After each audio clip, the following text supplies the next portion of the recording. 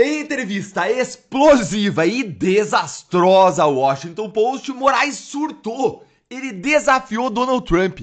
Ele disse que ele não vai recuar 1 milímetro e disse muito mais que eu vou te mostrar agora. O que eu vou te mostrar é com certeza o maior surto da história do ministro Alexandre de Moraes. É uma verdadeira incertidão de loucura que a gente pode dar para ele, de destempero mental, de desequilíbrio emocional. É inacreditável. O ministro Alexandre de Moraes simplesmente deu uma entrevista a um dos maiores jornais dos Estados Unidos, o Washington Post, em que ele praticamente deu o dedo do meio para Donald Trump, como ele tinha feito lá com os torcedores do Corinthians naquela foto inesquecível e que, aliás, gerou a demissão do fotógrafo inocente que trabalhava para o Estadão. Vamos agora para essa entrevista, então, que foi publicada em português no jornal O Globo, porque você vai ficar tão indignado, tão chocado quanto eu ao ver como o ministro Alexandre de Moraes surtou de vez. Não existe possibilidade de recuar 1 milímetro, diz Alexandre de Moraes ao Washington Post. Ao jornal americano, Moraes disse não se intimidar depois do governo americano Donald Trump impor tarifas de 50% sobre os produtos brasileiros, revogar o seu visto de entrada no país e incluí-lo no rol de sancionados pela lei Magnitsky, sob o argumento de supostas violações de direitos humanos de Bolsonaro e outras figuras da direita brasileira. Não existe a menor possibilidade de recuar nem 1 milímetro, disse Moraes durante a entrevista concedida no gabinete dele nesse mês. Faremos o que é certo. Receberemos a acusação, analisaremos as provas e quem tiver que ser condenado, será condenado. Sei, é verdade esse bilhete, né? Quem tiver que ser absolvido, será absolvido. É muito verdade esse bilhete. E eu acho que eu nunca vi alguém tão kamikaze na minha vida quanto o ministro Alexandre de Moraes. E depois de ler essa entrevista, eu tenho certeza de que o ministro está tomado pelo ego, pela vaidade, que ele realmente acredita que ele é mais poderoso do que Trump e mais poderoso do que os Estados Unidos. Ficou evidente agora que o ministro realmente acha que ele consegue brigar de igual para igual com os Estados Unidos. E pior que isso, que ele acredita que ele vai vencer essa briga. É surreal. Ele dizer que ele não vai recuar 1 milímetro para um dos principais jornais americanos é um verdadeiro dedo do meio para o Donald Trump, que não responde muito bem, vamos e convenhamos, a esse tipo de gesto. Semana passada, quando Trump se encontrou com Putin no Alasca, Trump simplesmente colocou caças americanos com um B-2 para sobrevoarem a cabeça do Putin, só para deixar bem claro para ele com quem que ele estava conversando. Assiste aqui comigo, ó. Olha aí.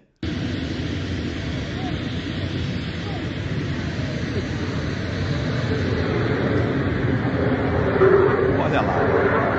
O B2 no meio e os caças.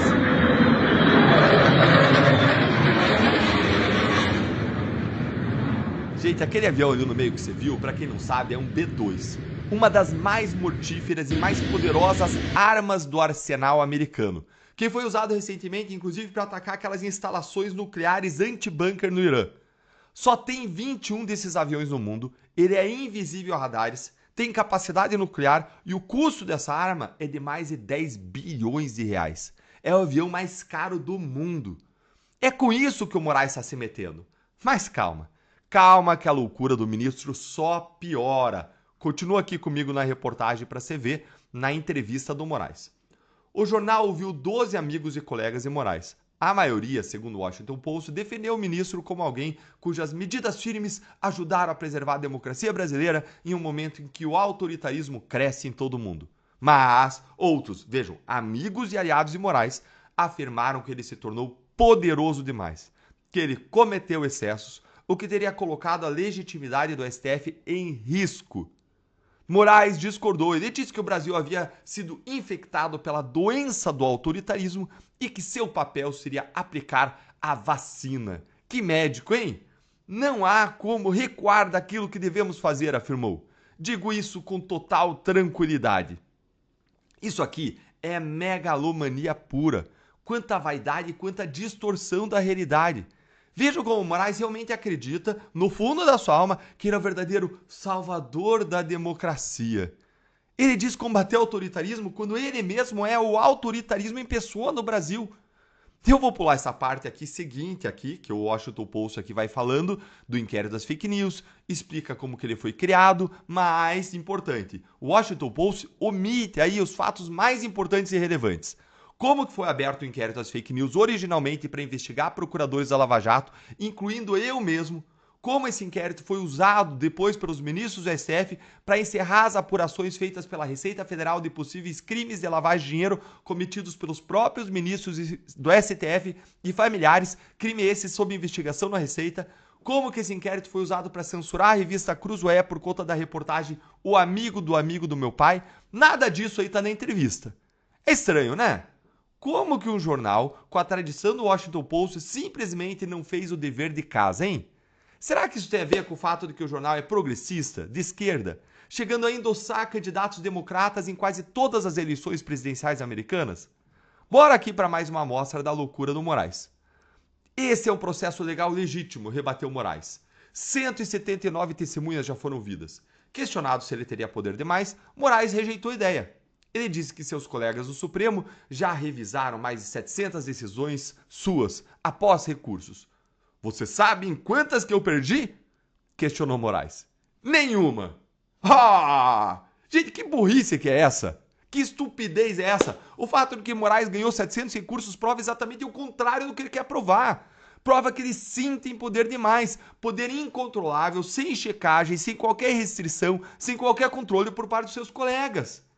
A resposta dele só faria sentido se Moraes tivesse mostrado que várias das suas decisões foram reformadas, foram revogadas pelo colegiado. Aí sim faria sentido dizer que ele não tem poder demais. Gente, a loucura tá tão grande, mas tão grande, que Moraes não fala mais lé com cré.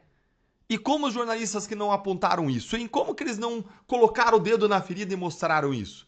Será que isso tem a ver com o fato de que o Washington Post sempre foi crítico ao Bolsonaro? Bom, bora aqui pro final. Todo constitucionalista tem grande admiração pelos Estados Unidos, disse o ministro Alexandre de Moraes, para quem a tensão entre Estados Unidos e Brasil é temporária e motivada por questões políticas e desinformação. Ele apontou Eduardo Bolsonaro como um dos responsáveis por esse cenário. Essas narrativas falsas acabam envenenando a relação, narrativas falsas apoiadas por desinformação espalhada por essas pessoas nas redes sociais. O que precisamos fazer e o que o Brasil está fazendo é esclarecer as coisas.